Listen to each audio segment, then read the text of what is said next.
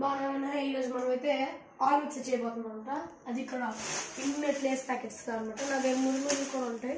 ఫాస్ట్లో పెట్టు. అయితే మురుమురులు తీస్తాను అనమాట బయటికి. అండ్ ఒక బౌల్ తీసుకోబోతున్నాం. ఫాస్ట్లో పెట్టు. స్టార్ట్ చేస్తాం.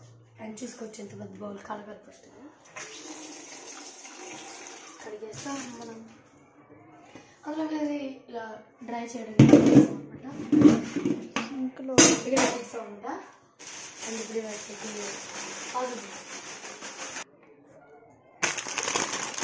పాసిబుల్